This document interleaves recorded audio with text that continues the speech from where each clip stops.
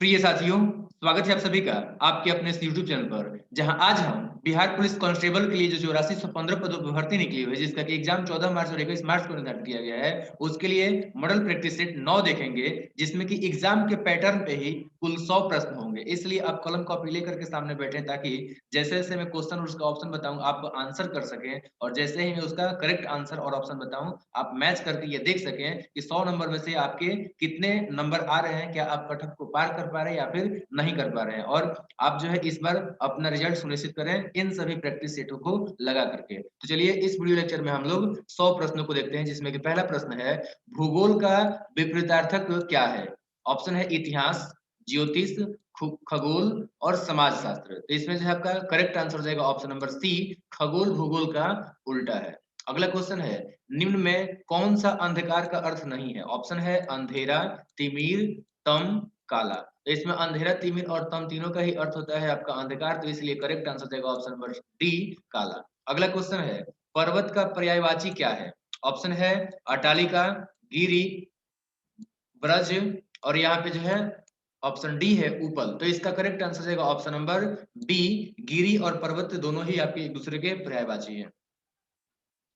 अगला क्वेश्चन है, निर्धन में कौन सा समास है? ऑप्शन है अव्ययी भाव, तत्पुरुष, बहुव्रीहि, कर्मधारय। तो इसका करेक्ट आंसर जाएगा ऑप्शन नंबर सी, निर्धन एक बहुव्रीहि समास है। अगला क्वेश्चन है, टिकाऊ में प्रत्यय क्या है? आऊ, उ, काऊ, टी। तो इसका करेक्ट आंसर जाएगा ऑप्शन नंबर ए, टिकाऊ में आऊ जो है प्रत्यय है। अगला क्वेश्चन है, जलौध का सही संधि विच्छेद क्या है? जल जोड़ अधि, जल जोड़ औध, जलो जोड़ अध और ज जोड़ लौध। तो इसका करेक्ट आंसर जाएगा ऑप्शन नंबर बी, जल जोड़ औध मिलकर बनता है जलौध। अगला क्वेश्चन है, चोर की दाढ़ी में तिनका कहावत का सही अर्थ क्या है? ऑप्शन है अपराधी स्वतः डरा रहता है, चोर की दाढ़ी में तिनका फंस जाता है, कालिख लग जाना या दाढ़ी वाले चोर होते हैं।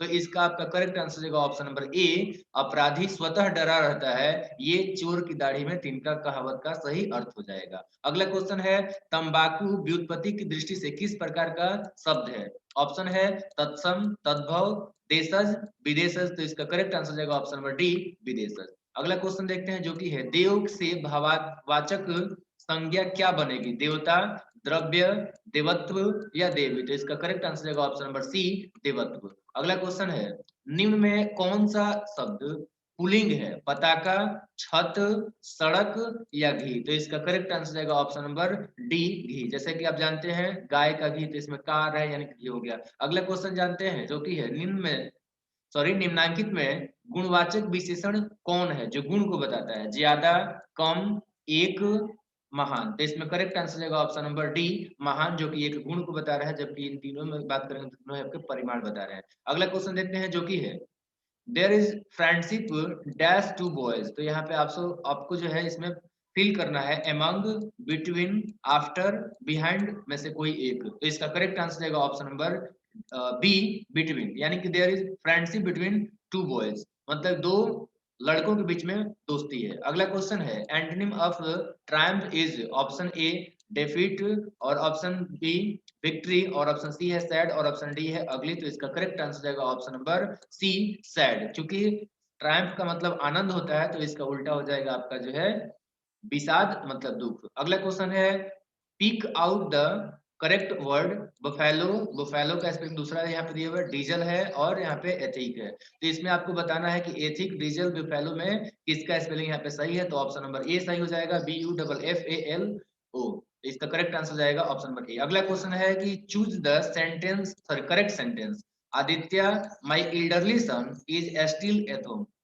अगला ऑप्शन है Aditya my elder son is still at home और ऑप्शन सी है आदित्य माय एल्डर और sorry olderly son is still at home और अगला जो ऑप्शन है वो है Aditya my elder son, sorry older son is still at home. तो इसमें जो आपका देखिए, इसमें आपको एल्डरली, एल्डर, ऑर्डरली और ओल्डरली और ओल्डर में सिलेक्ट करना है, जो कि बड़ा बेटा के लिए जो आपका एल्डर सन होता है, ना कि एल्डरली होता है, ना ही ओल्डरली होता है, ना ही ओल्डर होता है। तो इसका जो आपका करेक्ट आंसर देगा option number B, Aditya my elder son is still at home. अगला क्वेश्चन है, यदि दो वर्गों के क्षेत्रफलों में अनुपात, सॉरी क्षेत्रफलों में एक अनुपात दो का अनुपात है, तो इन उनके परिमापों क्या क्या अनुपात होगा, ठीक है ना। तो यहाँ पे इसका क्या हो जाएगा, ये आपका जो है अंडर हो जाता है, मतलब अंडर स्क्वायर हो जाता है। यानी कि हम लोग ये जानते हैं कि दो वर्ग का जो साइड होगा, ठीक है, इसका जो अनुपात होगा।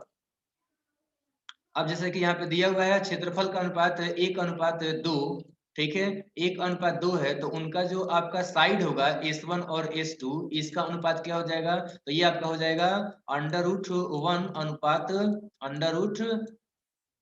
√2, ठीक है। अब जितना आपका भुजा का अनुपात होता है, यही आपका जो है परिमाप का भी अनुपात होता है, तो इसका करेक्ट आंसर जाएगा ऑप्शन नंबर डी, 1:√2। तो इसका करेक्ट आंसर जाएगा। अगला क्वेश्चन है, किसी आयत की लंबाई में 10% वृद्धि करने पर चौड़ाई में कितनी प्रतिशत कमी करनी चाहिए ताकि क्षेत्रफल में कोई परिवर्तन न हो। तो इसका शानदार ट्रिक ये है, देखिए हमने क्या किया है, लंबाई में अगर बात करेंगे तो लंबाई में हमने क्या कर दिया है, 10% की कमी किया हुआ है, ठीक है। तो 10% का जब कमी किया हुआ है हमने, ये आपका कितना हो गया, ये हो गया आपका जो है, सॉरी 10% का वृद्धि किया हुआ है, 10% का जब वृद्धि किया है तो ये कितना हो गया, ये जो है आपका 110 हो गया, ठीक है। अब हम क्या करेंगे कि 110 में हम 10 से भाग कर देंगे, तो कितना आ जाएगा, ये आ जाएगा आपका जो है 11। अब हमें सिंपल से क्या करना है कि इस 11 को जो है हमें 100 में भाग कर देना है। यहाँ पे जो है, सॉरी, यहाँ पे जो है 11 लिखना चाहिए था मुझे, क्योंकि मैंने बोला 11 लेकिन गलती से लिखा गया आपका 10। तो यहाँ पे 11 हो गया। अब इसी 11 से हमें सिंपल भाग कर देना है, ये आपका आ गया आंसर। तो ये आंसर कितना हो गया, 11 9 99 और 1/11% हमें जो है कमी करना पड़ेगा, किसमें, तो ये हमें कमी करना पड़ेगा चौड़ाई में, ठीक है। तो सिंपल सी बात यही है ना कि आपको जितना अधिक करना था, अधिक करने के बाद से जो आता है, जैसे 10% अधिक करना था तो 10% हम जोड़ देंगे 100 में, तो कितना हो जाएगा 110। इसी में हमें क्या करना पड़ेगा, जितना आपने अधिक किया उतना से ही हमें भाग करना होता है, और जितना आता है आपका उससे भाग कर देना होता है 100 में। आपका आंसर हो जाता है ऑप्शन नंबर बी, 9:1/11। अगला क्वेश्चन देखते हैं, जो कि है आपका 15 सेंटीमीटर व्यास के 1 मीटर लंबे धातु के बने एक ठोस बेलन को पिघलाकर 5 सेंटीमीटर व्यास के कितने गोले बनेंगे। तो देखिए यहाँ पे गोला बनाना है और दिया क्या है, आपका बेलन दिया है। तो बेलन का हम लोग क्या लिख लेंगे, बेलन का जो है वॉल्यूम निकाल लेंगे। तो बेलन का वॉल्यूम हो जाता है आपका πr²h, और डिवाइड कर देंगे हम लोग ये जो गोला है इसके आयतन से। तो इसका आयतन क्या हो जाता है, 4/3 πr², ठीक है। अब हम इसको इस पर सेट कर देते हैं, तो पाई से तो पाई यहीं पे कैंसिल हो गया, ठीक है। अब ये 4/3 है, इसमें आप 4/3 से जब भाग करोगे तो 3 ऊपर जाएगा और 4 नीचे आ जाएगा। तो यहाँ पे हो जाएगा ऊपर में 3 और नीचे में, सॉरी, नीचे में जो है आपका 4, ठीक है। नीचे में हमने यहाँ पे 4 लिख दिया। अब गुणे, तो गुणे में r² करना है, तो r क्या हो जाएगा, यहाँ पे व्यास दिया है 15 सेंटीमीटर, तो इसका आधा हो जाएगा, यानी कि आधा कितना हो जाएगा, तो ये हो जाएगा आपका 15/2। अब इसका स्क्वायर करना है तो 2 बार गुणा कर देते हैं, यानी कि हम लिख देते हैं फिर से एक बार और 15/2। अब इसके बाद क्या दिया है, h। तो h का मतलब इसका लेंथ कितना है, तो इसका लेंथ 1 मीटर है। अब जब 1 मीटर है तो 1 मीटर को हम लोग जो है यहाँ पर कितना लिख सकते हैं सेंटीमीटर में, तो 1 मीटर में आपका 100 सेंटीमीटर होता है। तो 1 मीटर ना लिख करके हम लोग 100 सेंटीमीटर लिखेंगे, क्यों, क्योंकि 15/2 ये भी आपका सेंटीमीटर में है, तो सबको एक ही में लिखना होता है। अब यहाँ पे r³ लिखना है, तो जो आपका गोला है, गोला का आर कितना है, तो यहाँ पे हो जाएगा, व्यास दिया है 5 सेंटीमीटर, तो इसका आधा हो जाएगा, तो इसका क्यूब, तो 5/2 हो जाएगा। फिर से आपका 5/2 हो जाएगा, और आपका जो है फिर से यहाँ पर 5/2 हो जाएगा। तो यहाँ पे हमने फिर से क्या लिख दिया, 5/2। अब हम कटा देंगे। अब देखिए कैसे कटा देंगे, तो ये आपका 4 है, तो ये 2 से कट जाएगा, कितना आएगा, 2 आएगा, ठीक है। इसके बाद हम देख लेते हैं यहाँ पर जो है आपका ये 5/2 है ना, तो इस 2 से भी कटा देते हैं। चलिए इस 2 से हमने इस 100 को कटा दिया, तो कितना आ गया, ये आ गया आपका जो है 50।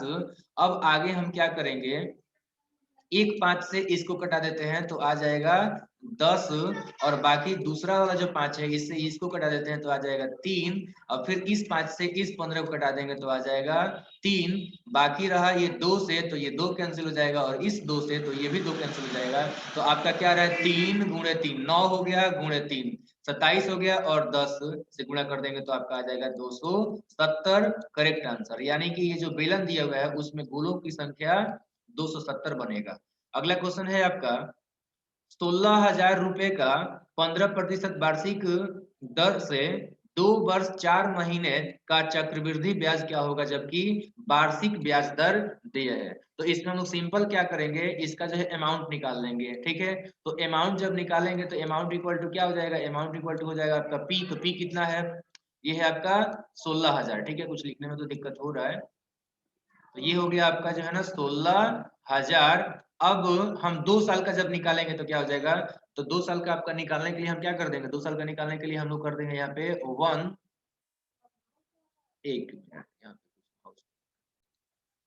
1 और इसके बाद से हो जाएगा प्लस आर। ठीक है ना, तो आर यहाँ पे हम 2 साल के लिए ले लेते हैं आर।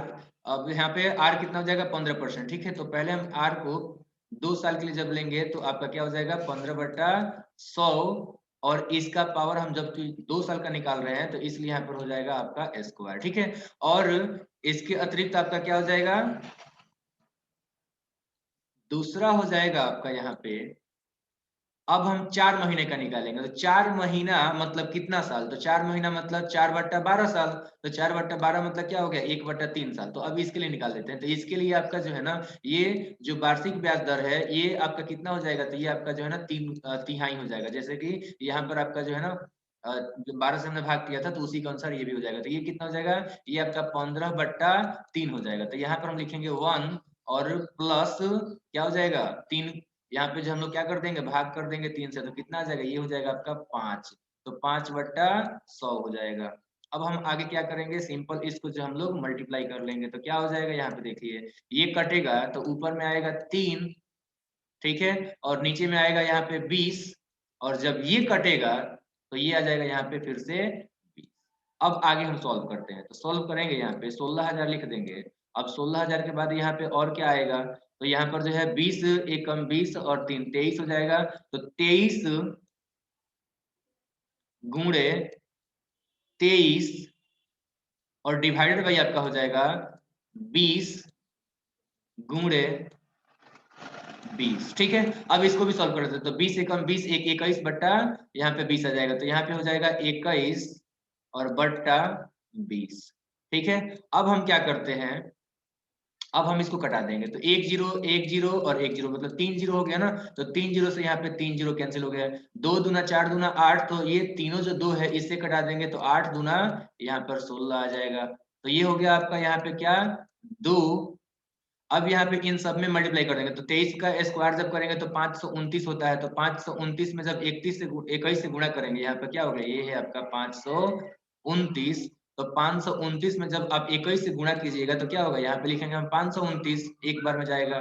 ठीक है, अब इसका डबल कर देंगे। तो इसका डबल करेंगे तो 9 दूना 18 का 8 हाथ में 1 और 2 दूना 4 1 5 और 5 दूना 10, तो यहाँ पे 10 हो जाएगा। अब इसको हम ऐड कर देंगे तो ये हो जाएगा आपका 9 और ये हो जाएगा 8 2 10 का 0, यहाँ पे हो जाएगा 11 का 1, यहाँ पे 1 और यहाँ पे 1। अब इसमें हमें कितना से गुणा करना है, तो यहाँ पे 2 से गुणा करना है। तो इसमें हम 2 से भी चलिए गुणा कर देते हैं। तो जब 2 से गुणा करेंगे तो ये आ जाएगा 9 दूना 18 और यहाँ पे जो है 1 दूना 2 1 दूना 2 और 1 दूना 2। इसका मतलब क्या हुआ, इसका मतलब हुआ कि अमाउंट जो आया है वो आ जाएगा आपका 22218। तो ये हो गया आपका अमाउंट। ठीक है, अब इसमें से हम क्या कर देंगे, इसमें से हम लोग माइनस कर देंगे 16,000, चूंकि वो आपका जो है ना मूलधन है, यानी कि वो आपका जो है प्रिंसिपल है। तो ये हम लोग 16,000 जब घटा देंगे तो ये आपका 000 हो जाएगा 000। अब 16 000 घटा देंगे तो यहाँ पे क्या आ जाएगा 18 आ जाएगा। बाकी 2 में से आपका जो है 0 जाएगा तो यहाँ पे 2 आएगा और 16 में सॉरी 22 में से 16 जाएगा तो यहाँ पे 6 आ जाएगा। तो आंसर आ जा रहा है आपका 6218। Correct answer option number B. अगला क्वेश्चन आप देखते हैं। तो अगला हमारा क्वेश्चन है कि एक व्यक्ति 15 किलोमीटर प्रति घंटा की चाल से दौड़कर एक पुल को 5 मिनट में पार कर लेता है, पुल की लंबाई कितनी होगी। ठीक है, तो देखिए सिंपल सी बात है कि हमें डिस्टेंस निकालना है। तो डिस्टेंस बराबर होता क्या है, तो ये होता है आपका स्पीड इनटू टाइम। तो स्पीड इनटू टाइम कर देते हैं। अब देखते हैं यहाँ पर कि स्पीड कितना है। तो स्पीड है आपका 15 किलोमीटर प्रति घंटा, यानी कि हो गया ये 1500 किलोमीटर और प्रति घंटा 1 घंटा। ठीक है, अब 15 जो किलोमीटर है इसको हम क्या करते हैं कि आपका जो है ना मीटर में चेंज कर देते हैं। 1 किलोमीटर में आपका 1000 होता है, तो 15 किलोमीटर में आपका 15 गुणे 1000 हो जाएगा। ठीक है, ये हमने मीटर में चेंज कर दिया। नीचे अब 1 घंटा है तो उसको हम मिनट में चेंज कर देंगे, तो मिनट में चेंज करेंगे तो 60 से गुणा कर देंगे। अब हमें टाइम से मल्टीप्लाई करना है, तो टाइम कितना दिया हुआ है, 5 मिनट दिया हुआ है। अब क्या करेंगे, यहाँ पे हम लोग डिवाइड कर देंगे, तो 15 चौके 60 हो जाएगा, और 4 में 1000 से 1000 में 4 से भाग करेंगे तो आ जाएगा आपका 250 बार में। अब 250 में हम 5 से गुणा कर देंगे तो कितना आ जाएगा, तो ये हो जाएगा आपका 1250 मीटर। करेक्ट आंसर हो जाएगा आपका ऑप्शन नंबर सी, 1250। अगला क्वेश्चन देखते हैं जो कि है समकोण त्रिभुज एबीसी में cos थीटा बराबर 3/5 है, तो sin थीटा आपका कितना होगा। ठीक है ना, तो यहाँ पे cos थीटा बराबर क्या होता है, ये होता है आपका b/h। तो b/h बराबर कितना दे रखा है, 3/5 दिया हुआ है। अब हमें निकालना क्या है, हमें निकालना है आपका sin थीटा। तो sin थीटा बराबर क्या होता है, तो sin थीटा बराबर आपका होता है p/h। तो p/h, यहाँ पे h का वैल्यू तो आप लोग पहले से ही देख रहे हो, क्या दिया हुआ है, ये दिया हुआ है आपका 5। और p का हम लोग निकाल लेंगे तो p का वैल्यू क्या हो जाएगा, तो ये हो जाता है आपका h का स्क्वायर, यानी कि हो जाएगा यहाँ पर h का वैल्यू 5 का स्क्वायर, और माइनस होता है आपका b का स्क्वायर। तो b का स्क्वायर यहाँ पे 3 का स्क्वायर कर देंगे। ठीक है, तो यहाँ पे अब क्या आ जाएगा, 5 का स्क्वायर जब करेंगे तो 16 आ जाएगा, 25 आ जाएगा, और 3 का स्क्वायर 9। तो यहाँ पर हम क्या करेंगे, 25 माइनस 9 करेंगे और इसका अंडर रूट निकाल देंगे और डिवाइड बाई 5 आ जाएगा आंसर। तो इसका उत्तर कितना हो जाएगा, अंडर रूट 16 और डिवाइडेड बाई 5। तो अंडर रूट 16 का मतलब क्या है, अंडर रूट 16 का मतलब है 4 और बट्टा 5। इसका जो है करेक्ट आंसर हो जाएगा आपका ऑप्शन नंबर ए, 4/5। अब देखते हैं हम अगला क्वेश्चन जो कि है 6 3 2 4 5 2 7 का माध्य क्या होगा। तो इसको हम सबको ऐड कर देंगे तो क्या हो जाएगा, इन सबको जब हम ऐड करेंगे तो 3 6 3 9 9 2 11 11 और 4 15 5 20 और 20 2 22 और 22 और 7 29। तो ये हो जाएगा 29। अब ये कितने हैं, 1 2 3 4 5 6 7, तो इसमें 7 से भाग कर देंगे, यानी कि क्या आ जाएगा, ऊपर में हमने देखा था कि 29 आया था और नीचे में आपका आ जाएगा 7। तो इसका जो है आपका करेक्ट आंसर हो जाएगा ऑप्शन नंबर सी, 29/7। अगला क्वेश्चन है कि L parallel to M x का मान बताइए। तो देखिए यहाँ पे क्या हुआ है, यहाँ पे जो है आपका ये पैरेलल है दोनों, ये है आपका एल और ये है आपका एम। तो आपको बताना है कि एक्स का वैल्यू कितना होगा। तो देखिए यहाँ पे ये जो है आपका ये आपका जो है शीर्ष अभिमुख कोण से ये हो जाएगा आपका 70 डिग्री, और जो भी पैरेलल लाइन होते हैं उसके एक ही तरफ के ट्रांसवर्स तिर्यक रेखा के जो है एक ही तरफ का जो दोनों कोण होता है उसका सम कितना होता है, तो ये आपका दोनों का सम हो जाता है 180। ये दोनों जब 180 है तो इसमें से हम लोग 70 घटा देंगे, जब 70 घटा देंगे तो कितना आ जाएगा, ये आ जाएगा आपका 110। तो इसका करेक्ट आंसर जाएगा आपका option number A, option number B 70 110 degree. ठीक है, चूंकि यहाँ पे 110 डिग्री आया था। अगला क्वेश्चन देखते हैं जो कि है वर्ग अंतराल यहाँ पे दिया हुआ है और बारंबारता दिया हुआ है। तो 30 से 40 जो आपका वर्ग अंतराल है इसका हमें क्या निकालना है, संचयी बारंबारता। तो संचित करते जाते हैं, इसमें हम लोग जोड़ देते हैं इसको, तो ये कितना हो जाएगा, 2 6 8 हो जाएगा, और 8 4 6 2 8 और 8 4 12 12 3 15। तो 30 से 40 का जो है आपका संचयी बारंबारता कितना आ जाएगा, ये आ जाएगा आपका 15।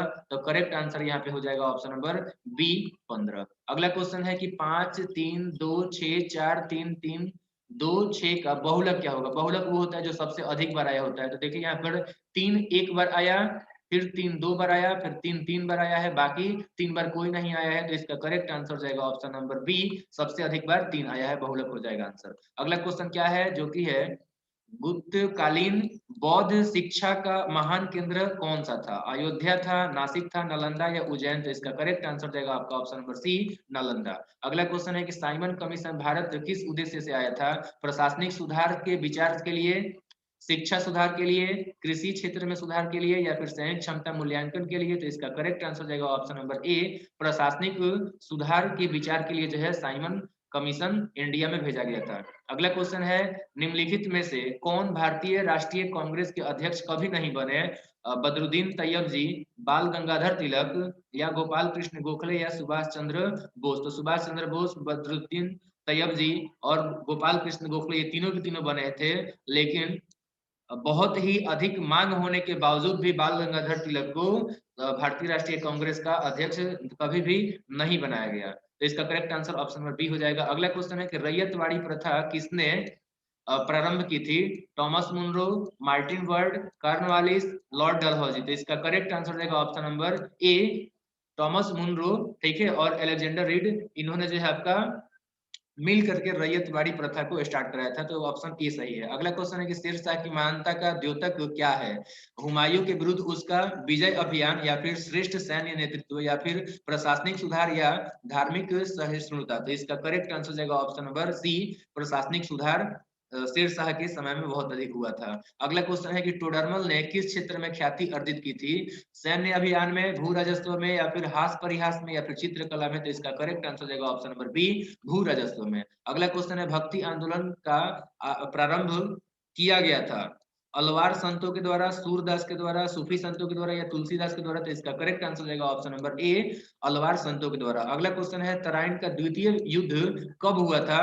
1225 में, 1191, 1192, या 1105 में। तो इसका करेक्ट आंसर जाएगा ऑप्शन नंबर सी, 1192 में। चंद्रगुप्त द्वितीय के काल में विदिशा नहीं, विद्या, कला व साहित्य का महान केंद्र कौन सा था? धारवाड़, उज्जैन, विदिशा, या वाराणसी। तो इसका करेक्ट आंसर जाएगा option number B, Ujjain.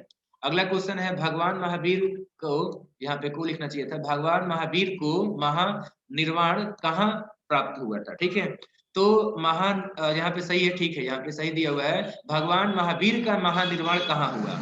Kushinagar में, वैशाली में, राजगृह में, या फिर पावापुरी में। तो इसका करेक्ट आंसर है ऑप्शन नंबर डी, पावापुरी में। जल मंदिर वहीं पे स्थित है। अगला क्वेश्चन है कि भारत में सहायक संधि का जन्मदाता किसे माना जाता है? तो इसमें से आपका करेक्ट आंसर हो जाना चाहिए लॉर्ड वेलेस्ली।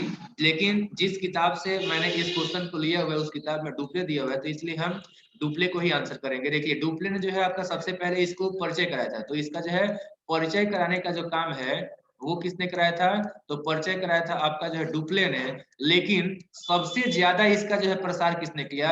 तो सर्वाधिक इसका जो है उपयोग किया लॉर्ड वेलेस्ली ने। ठीक है ना, तो ये ध्यान रखिएगा सर्वाधिक, चूंकि इसका विस्तार कह सकते हैं कि सर्वाधिक जो विस्तार है, या फिर इसका जो है ना, इसका सर्वाधिक उपयोग है, ठीक है, या उपयोग, ये दोनों के दोनों सर्वाधिक उपयोग किसने किया था? लॉर्ड वेलेस्ली ने। तो इसीलिए जो है मेरे ख्याल से उपयोग, ठीक है, तो सबसे ज्यादा जो है उपयोग चूंकि लॉर्ड वेलेस्ली ने किया था, तो इसका आंसर जो है मेरे ख्याल से लॉर्ड वेलेस्ली होना चाहिए था। ठीक है, बट यहाँ पे जो डुप्ले दिया हुआ है आप ध्यान दीजिएगा। ठीक है, चलिए हम डुप्ले को ही लेके चलते हैं उस बुक के अनुसार। मेरे हिसाब से लॉर्ड वेलेस्ली इसका करेक्ट आंसर हो जाएगा, आप देख लीजिएगा आप भी अपने बुक के अनुसार। अगला क्वेश्चन क्या है, जो कि है पंजाब में सिख राज्य के संस्थापक कौन थे? तेग बहादुर, गुरु गोविंद सिंह, बदा बहादुर, या फिर आपका जो है रणजीत सिंह। तो इसका करेक्ट आंसर देगा option number D, Ranjit Singh Punjab में एक सिख राज्य का स्थापना किए थे।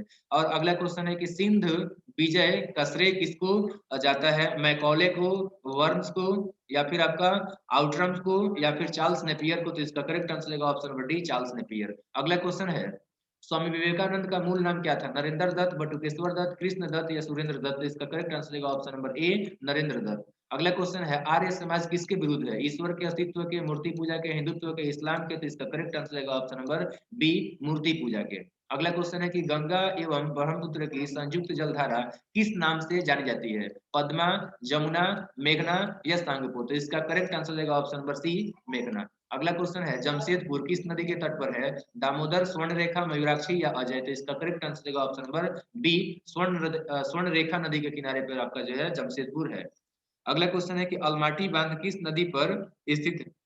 गोदावरी, कृष्णा, कावेरी, या नर्मदा। तो इसका करेक्ट आंसर जाएगा ऑप्शन नंबर बी, कृष्णा नदी पर। अगला क्वेश्चन है कि विश्व प्रसिद्ध खारे पानी की झील सांभर झील किस राज्य में स्थित है? गुजरात, राजस्थान, महाराष्ट्र, या आंध्र प्रदेश। तो इसका करेक्ट आंसर जाएगा ऑप्शन नंबर बी, राजस्थान। अगला क्वेश्चन है कि भारत का सबसे ऊंचा जलप्रपात है?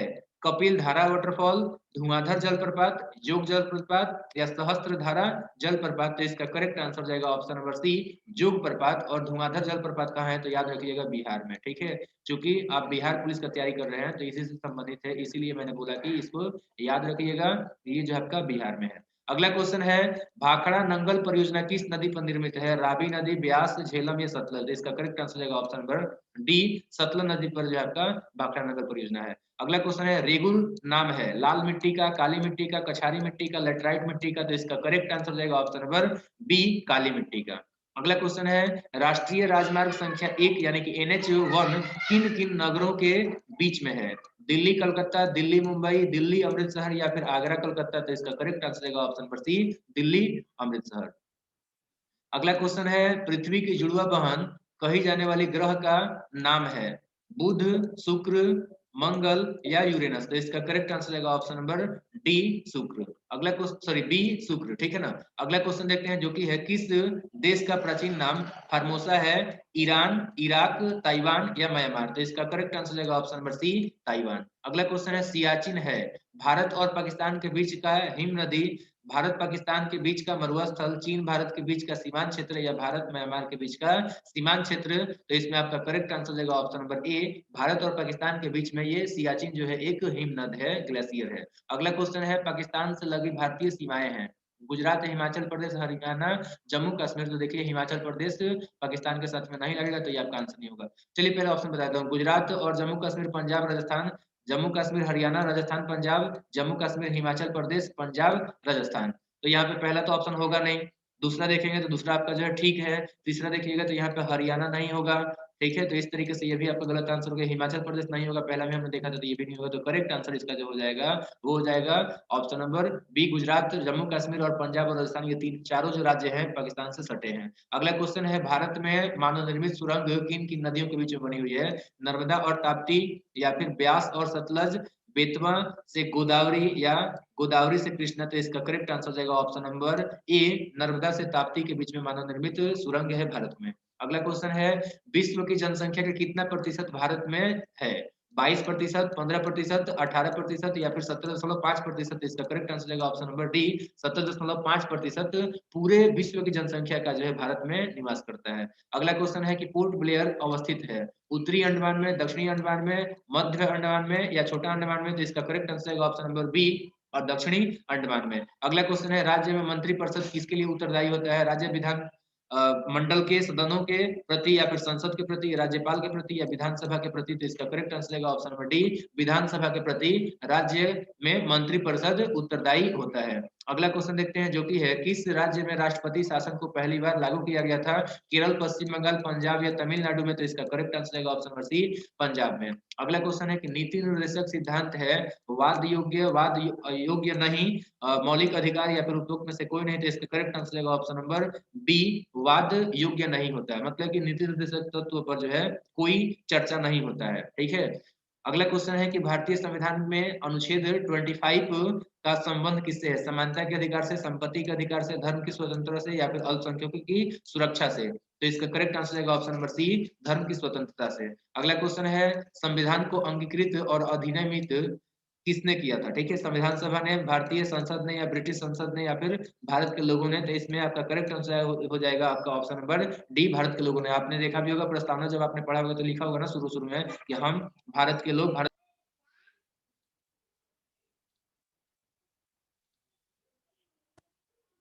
ठीक है। तो आपने यहाँ पर जो है देखा होगा कि भारत, वहाँ प्रस्तावना में जो ये बात लिखा हुआ है कि हम भारत के लोग, और लास्ट में देखा हुआ कि 26 नवंबर इतना को जो है अंगीकृत और अधिनियमित करते हैं, ठीक है ना। तो इस तरीके से आप इसका आंसर करेंगे ऑप्शन नंबर डी। अगला क्वेश्चन देखते हैं, तो अगला जो हमारा क्वेश्चन है वो है मंत्री परिषद को इस्तीफा देना पड़ता है, ठीक है। यहाँ पे बताना है कि मंत्री परिषद को इस्तीफा देना पड़ता है और यदि उसके विरुद्ध अविश्वास प्रस्ताव पारित हो जाए। कहां से? लोकसभा द्वारा, राज्यसभा द्वारा या फिर लोकसभा और राज्यसभा के संयुक्त अधिवेशन द्वारा या संसद के दोनों सदनों के द्वारा 2/3 बहुमत से? तो इसका करेक्ट आंसर हो जाएगा ऑप्शन नंबर डी, संसद, लोकसभा के द्वारा। सॉरी यहाँ पे जो है गलती से मैंने बोल दिया था, लेकिन मंत्रिपरिषद का चूंकि पूछा हुआ ना, तो इसलिए यहाँ पे जो है आंसर हो जाएगा ऑप्शन नंबर ए, लोकसभा के द्वारा। अगर ये अविश्वास प्रस्ताव जो है अगर पारित हो जाता है तो फिर मंत्रिपरिषद को इस्तीफा देना पड़ेगा। तो इसका करेक्ट आंसर जाएगा ऑप्शन नंबर ए। आपने देखा भी होगा अटल बिहारी वाजपेयी के समय का, ठीक है, वो एग्जांपल ले सकते हैं। तो इसका जो आपका करेक्ट आंसर जाएगा ऑप्शन नंबर ए। अगला क्वेश्चन देखते हैं, तो अगला जो हमारा क्वेश्चन है वो है निम्नलिखित में कौन सा अधिकार राज्यपाल को प्राप्त नहीं है? कार्यपालिका शक्ति का अधिकार या न्यायिक शक्ति का अधिकार या फिर विधायी शक्ति का अधिकार या फिर सैन्य एवं राजनयिक शक्ति का अधिकार। तो इसका करेक्ट आंसर रहेगा ऑप्शन नंबर डी, सैन्य एवं राजनयिक शक्ति का अधिकार जो है वो राज्यपाल को नहीं होता है। अगला क्वेश्चन है, एक पंचायत का क्षेत्र निर्धारित किया जाता है राज्य चुनाव आयोग द्वारा या फिर राज्य सरकार द्वारा या फिर आपका जो है मंडल के आयुक्त द्वारा या जनपद के जिलाधिकारी द्वारा। तो इसका करेक्ट आंसर जाएगा आपका ऑप्शन नंबर ए, राज्य चुनाव आयोग द्वारा। अगला क्वेश्चन है, निम्नलिखित में से कौन सी शर्त भारत के नागरिकता प्राप्त करने के लिए नहीं है? अधिवास, वंशक्रम, पंजीकरण या संपत्ति का स्वामित्व होना। तो इसका करेक्ट आंसर जाएगा ऑप्शन नंबर डी, संपत्ति स्वामित्व होना भारत का नागरिकता प्राप्त करने के लिए जो है जरूरी शर्त नहीं है। अगला क्वेश्चन है, किस राज्य से संबंधित व्यक्ति अब तक सर्वाधिक बार राष्ट्रपति निर्वाचित हुए हैं? कर्नाटक, केरल, आंध्र प्रदेश या उत्तर प्रदेश। तो इसका करेक्ट आंसर रहेगा ऑप्शन नंबर सी, आंध्र प्रदेश। अगला क्वेश्चन है, नीति आयोग का अध्यक्ष कौन होता है? राष्ट्रपति, प्रधानमंत्री, वित्त मंत्री या राष्ट्रपति उपराष्ट्रपति। तो इसका करेक्ट आंसर रहेगा ऑप्शन नंबर बी, प्रधानमंत्री। अगला क्वेश्चन है, केंद्र राज्य के बीच धन का बंटवारा में कौन राय देता है? योजना आयोग, वित्त आयोग, वित्त मंत्री या राष्ट्रीय विकास परिषद। तो इसका करेक्ट आंसर जाएगा ऑप्शन नंबर बी, वित्त आयोग जो है राय देता है केंद्र और राज्य के बीच में धन के बंटवारे को लेकर के। अगला क्वेश्चन है कि जम्मू कश्मीर राज्य कब खत्म हुआ? 2019 में, 2000 में, 2018 में, 2017 में। तो इसका करेक्ट आंसर जाएगा आपका ऑप्शन नंबर ए, 2019 में जम्मू कश्मीर राज्य को खत्म कर दिया गया, जो कि आपका 1954 में बना था। ठीक है, तो 1954 से लेकर के और 2019 तक जम्मू कश्मीर एक राज्य हुआ करता था, जबकि अब जो है 2 केंद्र शासित प्रदेशों में बांट दिया गया है। अगला क्वेश्चन है कि प्राक्कलन समिति संसद के किस सदन की समिति है? लोकसभा, राज्यसभा या फिर दोनों या फिर कोई नहीं। तो इसका करेक्ट आंसर जाएगा ऑप्शन नंबर ए, लोकसभा का जो है एक समिति है प्राक्कलन समिति। अगला क्वेश्चन है, लोकसभा अध्यक्ष किस समिति का पदेन अध्यक्ष होता है? प्राक्कलन समिति का या फिर लोक लेखा समिति का या फिर नियमन समिति का या फिर आपका जो है सरकारी उपक्रम समिति का। तो इसका करेक्ट आंसर हो जाएगा ऑप्शन नंबर सी। अगला क्वेश्चन देखते हैं। तो अगला क्वेश्चन है आपका, निम्नलिखित कथनों पर विचार कीजिए। पृथ्वी अपनी कक्षा पर एक समान दर से नहीं गति करती। और दूसरा है, पृथ्वी की गति रवि नीच पर तीव्रतम और रवि ऊंच पर न्यूनतम होती है। उपर्युक्त कथन निम्नलिखित किस नियम के लिए सत्य है? केपलर के द्वितीय नियम के लिए सत्य है या फिर न्यूटन के गति का द्वितीय नियम या फिर ओम के नियम या न्यूटन के गुरुत्वाकर्षण के नियम। तो इसका करेक्ट आंसर जाएगा ऑप्शन नंबर ए, केपलर के द्वितीय नियम के अनुसार जो है ये दोनों ही कथन सही है कि पृथ्वी अपनी कक्षा पर समान दर से गति नहीं करती है और पृथ्वी की गति रवि नीच पर तीव्रतम और रवि ऊंच पर न्यूनतम होती है। अगला क्वेश्चन देखते हैं, जो कि है, अगर 1 किलोग्राम द्रव्यमान वाली एक वस्तु पर 1 न्यूटन का बल डाला जाता है तो वो वस्तु 1 मीटर प्रति सेकंड की चाल से गति करेगी या फिर 1 किलोमीटर प्रति सेकंड की चाल से गति करेगी या फिर 10 मीटर प्रति सेकंड स्क्वायर के त्वरण से गति करेगी या 1 मीटर प्रति सेकंड स्क्वायर के त्वरण से गति करेगी। तो इसका करेक्ट आंसर जाएगा ऑप्शन नंबर डी, 1 मीटर प्रति सेकंड स्क्वायर के त्वरण से जो है गति करेगा। और ये जो आपका 1 न्यूटन जो फोर्स है ना, इसके डेफिनेशन से ये जो है हम लोग क्वेश्चन का आंसर कर रहे हैं। ठीक है, तो ये ध्यान रखिएगा। अगला क्वेश्चन देखते हैं। तो अगला जो हमारा क्वेश्चन है वो है, निम्नलिखित में कौन सा एक नाभिकीय विखंडन रिएक्टर में आवश्यक नहीं है? विमंदक, शीतलक, त्वरक और नियंत्रण युक्ति। तो इसका जो है आपका करेक्ट आंसर जाएगा ऑप्शन नंबर सी, त्वरक, जो कि आपका इस किताब में दिया हुआ है। जिस किताब से मैंने इस क्वेश्चन को जो है लिया हुआ है उस किताब में त्वरक को जो है सही आंसर बता रहा है, जबकि मेरा मानना है कि यहाँ पर जो है सही आंसर होना चाहिए था नियंत्रण युक्ति। तो मेरे हिसाब से नियंत्रण युक्ति होना चाहिए, बट यहाँ पे जो है बुक के अनुसार से हम कह सकते हैं कि बुक के अनुसार आपका जो है आंसर होगा, बुक के अनुसार। ठीक है, तो ये आप लोग जो है ध्यान रखिएगा कि त्वरक, या फिर आप भी एक बार इसका जो है रिसर्च कर लीजिएगा कि भाई त्वरक होगा या फिर नियंत्रण की युक्ति होगा। क्योंकि देखिए मेरे अनुसार तो नियंत्रण युक्ति का यहाँ पे यूज नहीं होता है, जबकि त्वरक का जो है यहाँ पे यूज होता है ताकि उसका जो है वेलोसिटी बढ़ा सके। शीतलक का भी यूज किया जाता है, विमंदक का भी यूज किया जाता है।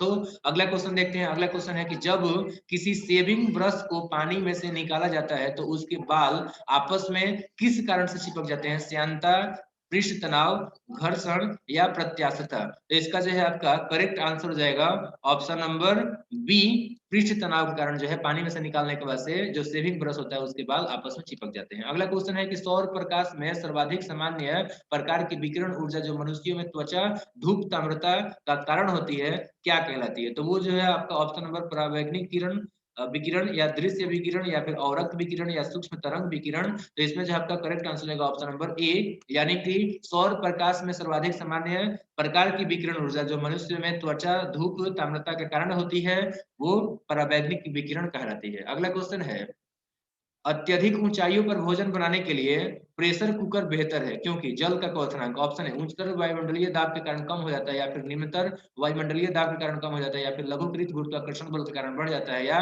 वायुमंडल में बढ़ी हुई ओजोन मात्रा के कारण कम हो जाता है। तो इसका करेक्ट आंसर होगा ऑप्शन नंबर बी, जैसे जैसे हम ऊपर जाते हैं वैसे वैसे आपका जो है वायुमंडलीय जो प्रेशर होता है वो आपका घट जाता है, जिसकी वजह से कि ये जो क्वथनांक है ये भी आपका कम हो जाता है। अगला क्वेश्चन देखते हैं। अगला क्वेश्चन है आपका, मोटर कार में शीतलन तंत्र यानी कि रेडिएटर किस सिद्धांत पर काम करता है?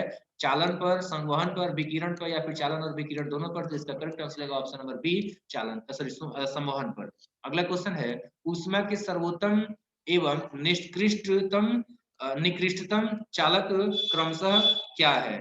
सबसे अधिक ऊष्मा का संचालन और सबसे कम ऊष्मा का संचालन करने वाले जो दो यहाँ पे जो है पदार्थ दिए गए हैं उनमें आपको बताना है कि चांदी और शीशा होगा, या ताम्र और एल्युमिनियम होगा, या फिर चांदी और सोना होगा, तांबा और सोना हो जाएगा। तो देखिए चांदी और सोना और तांबा जो है ना ये सारे के सारे जो आपके क्या बोलते हैं चालक हैं। तो ये आपका जो है बी और सी और एल्युमिनियम भी हो जाएगा, तो ये भी आपका जो है नहीं हो सकता है। तो इसका आंसर हो जाएगा आपका ऑप्शन नंबर ए, क्योंकि शीशा जो है आपका चालन नहीं करता है और चांदी आपका करता है, तो इसमें करेक्ट आंसर होगा ऑप्शन नंबर ए। अगला क्वेश्चन देखते हैं। तो अगला क्वेश्चन है, एक पिंड ऊर्ध्वाधर दिशा में ऊपर प्रक्षेपित किया जाता है तथा यह पुनः धरातल पर गिरता है, इसकी स्थितिज ऊर्जा क्या होगी?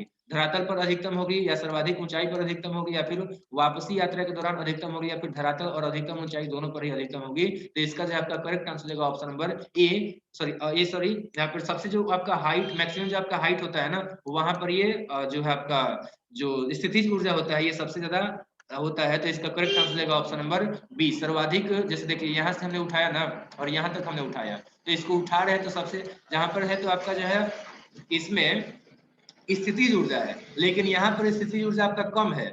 जब यहाँ से उठ रहा है तो यहाँ पे गतिज ऊर्जा जो है अधिक हो रहा है, स्थितिज ऊर्जा और भी घट रहा है। ठीक है, जैसे ऊपर जाएगा वैसे वैसे आपका गतिज ऊर्जा बढ़ते जाएगा, और जैसे जैसे ये ऊपर जा रहा है वैसे वैसे आपका स्थितिज ऊर्जा भी बढ़ते जाएगा। और जब यहाँ पे जा रहा है तो यहाँ पे गति जब समाप्त हो गया तो यहाँ पर जब वस्तु आ गया तो यहाँ पर इसका जब ये शून्य में आ गया तो गतिज ऊर्जा एकदम जीरो हो गया। ठीक है, और यहाँ पर जो है आपका स्थितिज ऊर्जा सबसे हाई हो गया। तो हमको जो है बताना है कि सर्वाधिक ऊंचाई पर सबसे अधिक मात्रा में स्थितिज ऊर्जा होता है।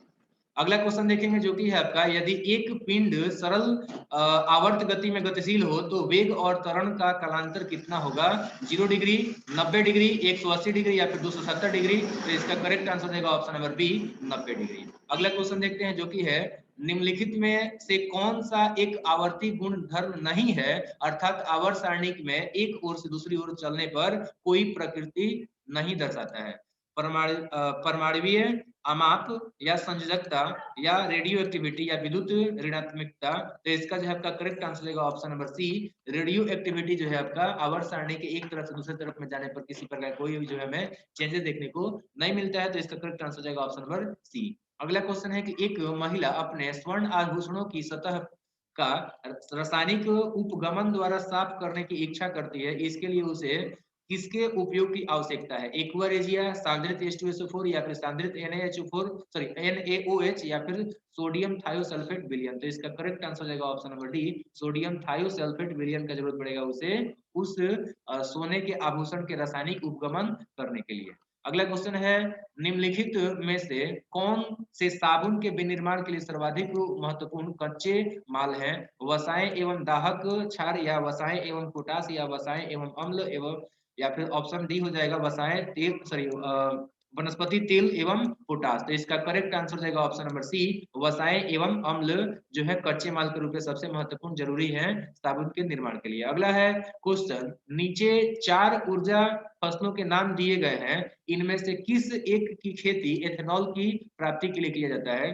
जेट्रोफा, या फिर मक्का, या फिर पौनगामिया, या फिर सूर्यमुखी? तो इसका करेक्ट आंसर हो जाएगा ऑप्शन नंबर सी, पौनगामिया। अगला क्वेश्चन है, उनके बदले प्रयुक्त होने वाला बहुलक तंतु जो सिंथेटिक कंबल या स्वेटर आदि बनाने के काम में आता है क्या है? नाइलॉन, टेफ्लॉन, आर्लॉन, या बैकलाइट? तो इसका करेक्ट आंसर हो जाएगा ऑप्शन नंबर ए, नाइलॉन। अगला क्वेश्चन है, सिरका किससे बनाया जाता है? एथेनोइक अम्ल या फिर वेलोरिक अम्ल या फिर मेथनोइक अम्ल या फिर ब्यूटेनोइक अम्ल। तो इसका आपका करेक्ट आंसर हो जाएगा ऑप्शन नंबर ए, एथेनोइक अम्ल से सिरका बनाया जाता है। अगला क्वेश्चन है, निम्नलिखित में से कौन सा तत्वों की अभिक्रियाशीलता का सही क्रम है? सबसे अधिक जो है किसका होता है? देखो सबसे यहाँ पे जो है सर्वाधिक है, ये आपका जो है ना यहाँ पे सबसे अधिक मात्रा में है। सबसे पहले वाला सबसे अधिक, उसके बाद से आपका उससे कम, और उसके बाद से आपका जो है उससे कम, ठीक है, और उसके बाद से आपका सबसे कम। तो इसमें जो आपका सोडियम का सबसे अधिक होता है, उससे कम होता है आपका मैग्नीशियम का, मैग्नीशियम से कम होता है जिंक का, और जिंक का कम होता है कॉपर का। तो इसका करेक्ट आंसर रहेगा ऑप्शन नंबर डी। आपको जो है याद करना पड़ेगा, ठीक है, कि सोडियम पोटेशियम का जो सबसे अधिक होता है। इसके बाद हम देखते हैं अगला क्वेश्चन, जो कि है निम्नलिखित तत्वों में से कौन सा एक हाइड्रोजन विस्थापित लवण बनाएगा? ठीक है, तो यहाँ पे बताना है कि निम्नलिखित तत्वों में से कौन सा एक है जो कि अम्लों में से हाइड्रोजन को निकाल देता है और लवण बनाता है। तो ये जो है आपका एक धातु होगा। तो देखिए यहाँ पे सल्फर, सिलिकॉन, जस्ता और फास्फोरस, इन चारों में देखेंगे तो इसमें करेक्ट आंसर रहेगा ऑप्शन नंबर सी। जस्ता एक धातु है जो कि आपका अम्ल में से हाइड्रोजन को निकाल करके लवण बनाता है। अगला क्वेश्चन है, निम्नलिखित में से कौन सा एक संक्रमण धातु है, यानी कि जो है आपका यहाँ पे ऑप्शन है एल्यूमिनियम, मैग्नीज, मैग्नीशियम और आपका जो है कैल्शियम। तो ट्रांजिशन एलिमेंट आपको बताना है कि इसमें कौन है। तो ट्रांजिशन एलिमेंट जो है आपका ट्रांजिशन ब्लॉक में आ जाएगा, ठीक है, डी ब्लॉक में। तो डी ब्लॉक में कौन सा आता है? तो इसमें आपका करेक्ट आंसर रहेगा ऑप्शन नंबर बी, मैग्नीज। बाकी जो है आपके एल्यूमिनियम की बात करेंगे, आपका मैग्नीशियम की बात करेंगे या फिर कैल्शियम का, तो ये जो है आपके इस ब्लॉक में आ जाते हैं, ठीक है। तो करेक्ट आंसर इसका हो जाएगा ऑप्शन नंबर बी। अगला क्वेश्चन देखेंगे जो कि है आपका एल्यूमिनियम में न्यूट्रॉनों की संख्या क्या होगी? तो यहाँ पे एटॉमिक मास दिया हुआ है, मतलब वही मास नंबर, और यहाँ पे जो आपका एटॉमिक नंबर दिया हुआ है, ठीक है, तो इसमें से घटा देंगे तो 27 में से 13 जाएगा, तो आपका करेक्ट आंसर जाएगा ऑप्शन नंबर सी, 14। अगला क्वेश्चन देखते हैं जो कि है जीवित प्राणियों में, सॉरी, जीवित प्राणियों के शरीर में होने वाली निम्नलिखित में से कौन सी प्रक्रिया पाचक प्रक्रिया है, मतलब पाचन प्रक्रिया है? और ऑप्शन है प्रोटीनों का एमिनो अम्ल में विघटन, या ग्लूकोज का CO2 और वाटर में विघटन, या ग्लूकोज का ग्लाइकोजन में रूपांतरण, या फिर एमिनो एसिड का प्रोटीन में रूपांतरण। तो इसका जो आपका करेक्ट आंसर हो जाएगा प्रोटीन जब एमिनो एसिड में टूटता है तो ये आपका पाचन होता है, ठीक है, और ग्लूकोज जब CO2 और वाटर में टूटता है तो ये पाचन नहीं बल्कि ये होता है आपका श्वसन, ठीक है। तो इसलिए इसका जो है आपका करेक्ट आंसर क्या हो जाएगा? तो इसका जो है आपका करेक्ट आंसर हो जाएगा ऑप्शन नंबर ए, प्रोटीनों का एमिनो अम्लों में विघटन। अगला क्वेश्चन है कि निम्नलिखित में से कौन सा एक रसायन सामान्यतः किसानों द्वारा खरपतवार को नष्ट करने के लिए प्रयोग किया जाता है? DDT या फिर मेलाथिनॉन या फिर मेथिल ब्रोमाइड या फिर 2,4-D। तो इसका करेक्ट आंसर है ऑप्शन नंबर डी, 2,4-D का यूज है खरपतवार को नष्ट करने के लिए सामान्य तौर पर किसान यूज करते हैं। अगला क्वेश्चन है, मूत्र में प्रायः कौन से विटामिन उत्सर्जित होते हैं? ए, बी, सी या डी एवं के? तो इसका करेक्ट आंसर होगा ऑप्शन नंबर सी, सबसे अधिक मात्रा में जो आपका विटामिन सी मूत्र के माध्यम से बाहर निकलता है। अगला क्वेश्चन है, निम्नलिखित में से कौन सा एक शर्करा का प्रमुख स्रोत है? तरबूज, चुकंदर, गन्ना या खरबूज? तो इसका करेक्ट आंसर होगा ऑप्शन नंबर बी, चुकंदर में से आपका सबसे अधिक मात्रा में शर्करा प्राप्त होता है। अगला क्वेश्चन है, निम्नलिखित तत्वों में से कौन सा तंत्रिका तंतु में आवेग संचरण के लिए आवश्यक है? कैल्शियम, जस्ता, सोडियम या लोहा? तो इसका करेक्ट आंसर होगा ऑप्शन नंबर सी, सोडियम। अगला क्वेश्चन है, जीवित जीवों में जैविक उत्प्रेरक क्या कहलाते हैं? हार्मोन, विटामिन, एस्टेरॉइड या एंजाइम? तो इसका करेक्ट आंसर होगा ऑप्शन नंबर डी, एंजाइम। अगला क्वेश्चन है, यदि किसी व्यक्ति को बंदूक की गोली लगने पर उसके शरीर से सभी गोलियां नहीं निकाली जाती है तो निम्नलिखित में से किसके कारण शरीर में जहर फैल जाएगा? पारा के कारण, सीसा के कारण या लोहा के कारण या फिर आर्सेनिक के कारण? तो इसका करेक्ट आंसर है ऑप्शन नंबर बी, सीसा के कारण। अगला क्वेश्चन है कि दाद की बीमारी निम्नलिखित में से किस प्रकार की होती है? बैक्टीरियल होती है या फिर आपका जो है प्रोटोजोवन होता है या फिर वायरल होता है या फिर फंगल होता है? तो इसका जो है आपका करेक्ट आंसर हो जाएगा ऑप्शन नंबर डी, दाद एक फंगल बीमारी है जो कि आपका ट्राइकोफाइटोन नाम के एक फंगस से होता है, कवक से होता है। उसका नाम क्या है? मैंने अभी बताया है, इसका नाम आप लोग याद रखिएगा, ट्राइकोफाइटन, ट्राइकोफाइटोन, ठीक है। तो इसका नाम आप ध्यान रखेंगे, ट्राइकोफाइटन नाम के जो है कवक से ये दाद नाम का बीमारी होता है। चलिए देखते हैं अगला क्वेश्चन। तो अगला जो हमारा क्वेश्चन है वो है मिनीमाटा रोग का कारण क्या है? पारा है, कैडमियम है, सीसा है या फिर जस्ता है? तो इसका करेक्ट आंसर रहेगा ऑप्शन नंबर ए, पारा की वजह से आपका जो है मिनीमाटा रोग होता है, या फिर पारक जो भी वस्तुएं होती हैं उनकी वजह से। अगला और लास्ट क्वेश्चन है आपका इस सेट का 100 नंबर। अन्न यानी कि सीरियल्स एक समृद्ध स्रोत है किसका? स्टार्च का, ग्लूकोज का, फ्रक्टोज का या माल्टोज का? तो इसका करेक्ट आंसर रहेगा ऑप्शन नंबर ए, स्टार्च का, यानी कि जो है आपका कार्बोहाइड्रेट का ये सबसे अच्छा एक स्रोत होता है। क्या चीज? तो ये होता है आपका जो है अन्न यानी कि सीरियल। ठीक है, तो ये ध्यान रखिएगा।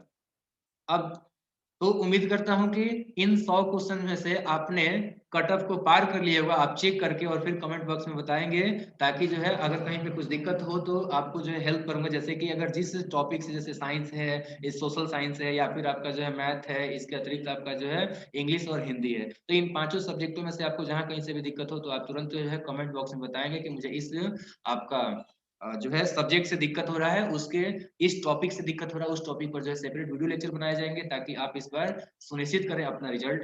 और ये वीडियो अगर आपको अच्छा लगता है तो आप अपने दोस्तों के साथ में शेयर करें, ताकि आप और हम मिलकर के आपके दोस्तों का भी सहयोग करें उनके रिजल्ट को क्रैक रिजल्ट देने में इस बार।